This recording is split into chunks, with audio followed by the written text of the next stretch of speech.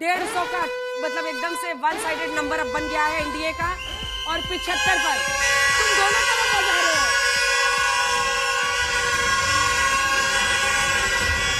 दिखाइए भाई, long shot दिखाइए।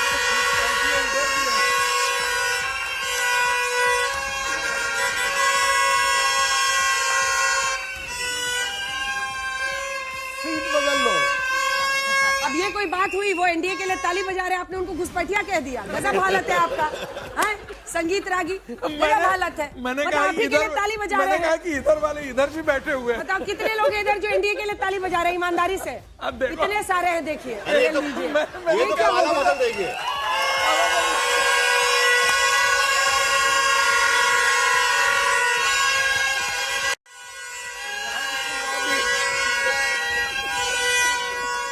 तो दूसरे खेमे में भी घुसपैठ आपने जरूर कर लिया, लेकिन घुसपैठिया किसी को मत बोलिएगा। ये सारे हमारे युवा यहाँ पर है जो आज सुबह सुबह पहुंचे हैं, क्योंकि वो भी आज तक का हिस्सा बनना चाहते हैं।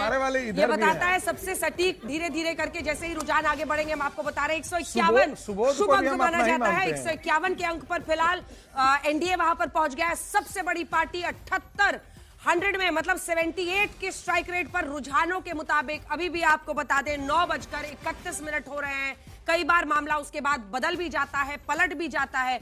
64 सीटों पर जेडीयू है, 64 की उनकी स्ट्राइक रेट दिखाई दे रही है। इधर 60 सीटों पर आरजेडी। और ध्यान से देखना होगा, क्योंकि जिन सीटों पर यह कहा जा रहा था कि क्या सीमांचल के क्षेत्र की वो सीटें ऐसी हो सकती हैं जहां से जीत एआईएमआईएम का कोई असर नहीं होगा, उन सीटों पर क्या असर दिख रहा है? क्योंकि अररिया से जेडीयू आगे है, जोकीहाट से भी जेडीयू आगे है। 153 पर फिलहाल एनडीए आगे पहुंच गया। 233 सीटों का रुझान आ गया है। आशुतोष जी क्या आप बोलिएगा? आप बार बार ललकार रहे थे कि अगर इतने ही लोकप्रिय है नीतीश कुमार तो ला के दिखाए ना सीटें ज्यादा। तो देखिए बीजेपी आगे है। हाँ, बीजेपी। अब इसमें भी खुशी हो रही है आपको? मैं आप रुला रहे हो बेचारे को। एक बात भाई, बीजेपी के आगे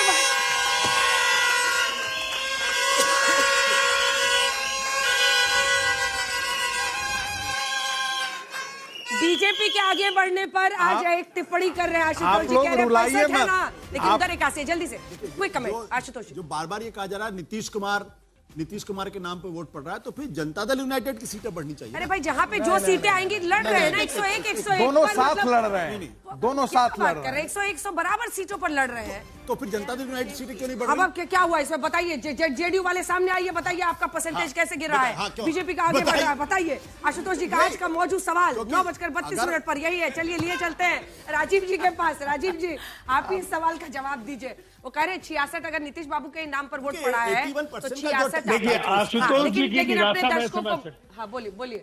रुझान है, ये रुझान है, रिजल्ट बदल सकता है।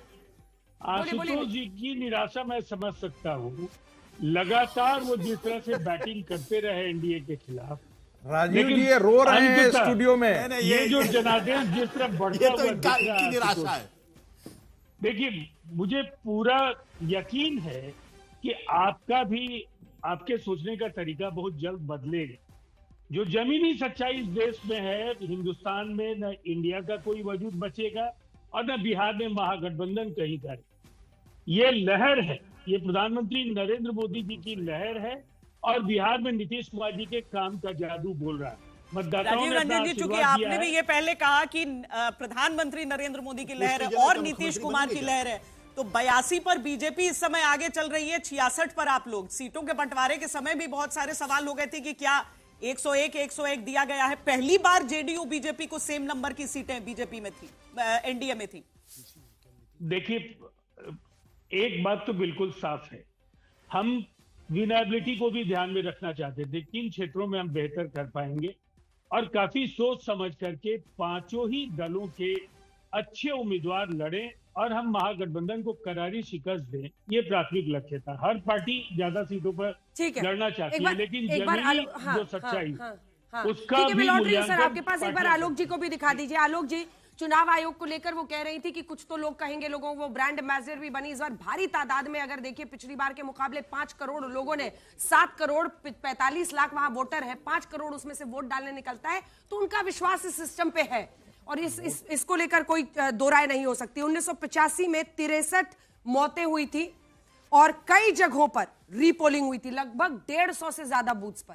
वहां से आइए 2025 में, जब भारी तादाद में मतदाता निकलता है, औरतें निकलती हैं, नाश्ते के पहले निकलती हैं, शाम तक आकर वोट देती हैं। और वहीं दूसरी तरफ ये मतलब लोकतंत्र की इससे बड़ी जीत क्या हो सकती है, कहीं रीपोलिंग नहीं करनी पड़े। जीत तो हो चुकी है। हाँ, जीत हो चुकी है। आलोक जी का एक रिएक्शन ले लेते हैं, नीतू जी भी कह रही है, उसके बाद वो पहले सुन लीजिए। बोलिए आलोक जी। मुझे लगता है रीपोलिंग अब मैक्सिमम राज्यों में नहीं होती है, बहुत से राज्यों में नहीं होती है। 85 की तुलना 2025 से करना अपने आप में बहुत सही नहीं है। दूसरी बात यह है कि इलेक्शन कमीशन ऑफ इंडिया पूरी तरह से भारतीय जनता पार्टी का पिट्ठू बनकर काम कर रहा है, इसमें कोई दो राय नहीं है। अगर कोई जीत रहा है, कोई हार रहा है, रीपोलिंग नहीं हो रही है, इसका मतलब यह नहीं है कि इलेक्शन कमीशन ऑफ इंडिया को क्लीन चिट मिल रही है। एक एक घर में 500-500 वोट पे पकड़ी जा रही हैं। तमाम लोग, बीजेपी के लाखों वोटर ऐसे हैं जो अलग अलग राज्यों में वोट डाल रहे हैं, इसमें कहीं कोई दो राय नहीं है। ठीक है, इन तमाम मुद्दों पर भी चर्चा अलग से करेंगे, अभी बहुत जल्दी है, बहुत जल्दी है। कई बार बाजी पलट जाती है आलोक जी, इसलिए थोड़ा सा चुनाव आयोग पर टिप्पणी करने से पहले थोड़ा सा इंतजार कर लीजिए, क्योंकि कई जब बाजी पलटेगी तो फिर आप ये सब समझना मुश्किल हो जाएगा। 236 सीटों के रुझान आ चुके हैं, 243 में से 236 सीटों के रुझान। और शहजाद पूनावाला जुड़ गए हैं। 82 सीटों पर फिलहाल बीजेपी आगे चल रही है, बहुत अच्छी स्ट्राइक रेट। लेकिन शहजाद जी, ये याद दिलाते हुए आपके पास आएंगे कि कई बार शुरुआती रुझान बिहार में बदले हैं, पलट गए हैं।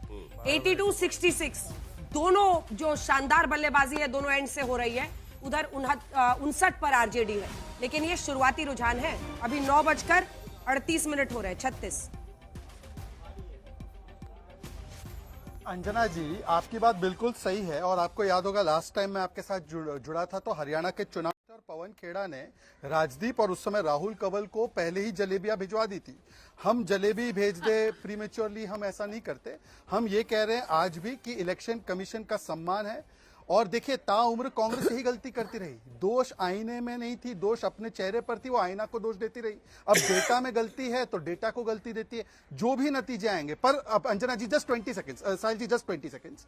देखिए अंजना जी, एक अभी जो ट्रेंड आ रहा है 935 पर, एक चीज नोट कीजिए, हमारी लास्ट टाइम की सरकार 125 सीट्स की थी, हमारे पास 157 सीट्स आ रही है, आप दिखा रहे, मतलब कि एक प्रो इनकम्बेंसी की लहर, और हमने हाफ वे मार्क 30+ से क्रॉस किया है। दूसरी तरफ एंटी इनकम्बेंसी की लहर उन लोगों के खिलाफ है जो लोग 20 साल से सरकार के बाहर है। इसका मतलब जंगल राज और कट्टा राज कितना बड़ा मुद्दा था। Point 1, point 2। बीजेपी को ज्यादा सीटें दिखने का मतलब क्या लग रहा है? 101 सीट्स पे बीजेपी को ज्यादा क्यों दिख रहा है, इसका एनालिसिस इसका मतलब ये है कि जिस और आशुतोष बार-बार मुझे कान में प्रॉम्प्ट कर रहे हैं कि आप पूछिए ना कि कौन होगा मुख्यमंत्री, कौन होगा, तो उनकी तरफ से सवाल ये भी है।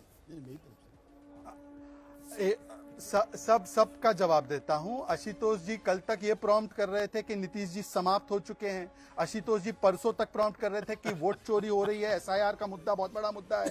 आशुतोष जी उससे पहले प्रॉम्प्ट कर रहे थे कि देखिए this is the come back election of Tejashwi and Rahul. तो आशुतोष जी के प्रॉम्प्ट करने से तो कोई आप एक शब्द में जवाब पर मैं आपको बताना चाहता हूं, भगवान का नाम लीजिए आप लोग।